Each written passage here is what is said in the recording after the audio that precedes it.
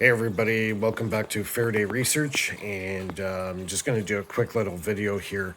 I was talking about in the last video about making the coil winding machine.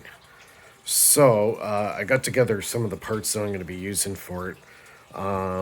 So let's start off with the motor. So this is the motor here. It's 24 volts DC. The output's 250 watts. So this actually can be used as a generator as well.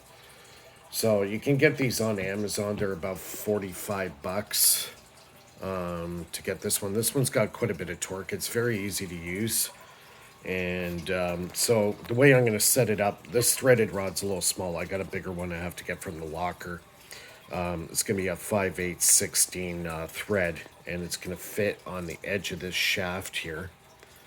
And on there, I have these bushings, or not bushings, they're, what do you call them, bearing with an actual fixture. So you can place it on there. This will stick on the end, and the other end will fit into here like so. And then you put your coil in the middle and you can spin your coils. So the thing I like about this motor, it's already got a motor mount. You can see on it, and that motor mount is going to be very handy when it comes to fixing this on a permanent board.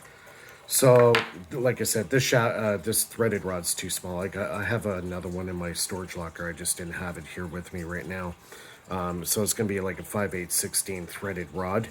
And it's probably going to be about quite a bit longer. It's probably going to be at least 12 inches long, if not longer. I'll probably keep it longer because I want to be able to vary the sizes that I want to do in coils.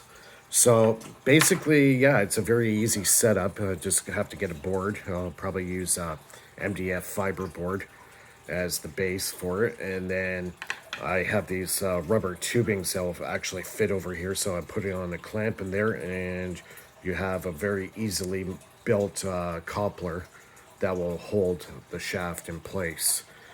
And then you just create a little mount for this on top and stick the threaded rod through, attach it to the motor, and then from the motor you would attach these wires up to a pulse width modulator or motor controller. And I have one where I actually have a foot pedal, so I can actually stop and start the motor with a foot pedal, and the PWM actually has a control so I can vary the speed in any speed I wish.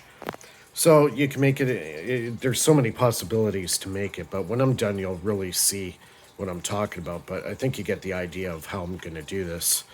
And I've done it similar designs before with a smaller motor. But when I'm doing big coils, I'm definitely going to need something that's powerful. It's got enough torque behind it, and also I can control the speed on which I'm going to be making the coils at. So yeah, these are the parts. You can get them all on Amazon. Yeah, so everything here you can get on Amazon. I don't know if it has the description for these things here, if I can zoom in on it. I don't know if you guys can see that right. Yeah. That's it there. You can order them on Amazon. This one I believe has got a 5/8 hole. Almost a ½ inch. Yeah, you'd have to check. You can order all different sizes and, specifications of these things, bearing mounts. But they come in handy when you're doing projects like this. I've even seen guys make lathes, using these motors and making a rod and being able to make actual wood lathes. So yeah, that's what I'm up to this weekend. I almost forgot the coils, and I was talking about the materials for the coil design. Now I've done some more research, and apparently I was actually very surprised. The best material to use for the coils, the tubing, is acrylic. But I found another substitute that's very, very close in specification, And believe it or not, it is the plastic that I use for my 3D printing. And I use a material called PLA, polylactic acid. It's a cornstarch based filament for 3D printing. Apparently, it's an excellent dielectric. It's basically number two to acrylic. So for every millimeter, it can handle 30 kilovolts. So if I do a tube that's about 2.5 or 3 millimeters thick tube, it can handle a lot of voltage, like a lot. Well, 3 millimeters would get me about 100,000 volts. So, yeah, so I'm going to be designing that tube that I'm going to be using for my coil, and I'll probably work on that this weekend. And if any luck, I might even start printing it. So, yeah, so polylactic acid, it's called PLA. So, if anybody out there has a 3D printer, you can design your own tubes for your Tesla coils using PLA instead of spending huge bucks on acrylic. Yeah, it is a little better, but for something that you want to be cost effective, PLA is cheap, like very very cheap in comparison to acrylic. So I think I'm going to try that method. So I can print out a custom made tube for my Tesla coil, and yeah, so that coil tube is going to be mounted on this. I'm going to make screw-on caps that's going to close in on it and hold that perfectly center on the shaft, and I'll be able to spin it and control it and wind a very large coil in a very little time. So yeah, it's a little extra work that I got to do, fine. But if it's going to make the job a lot easier, sure, it's worth it.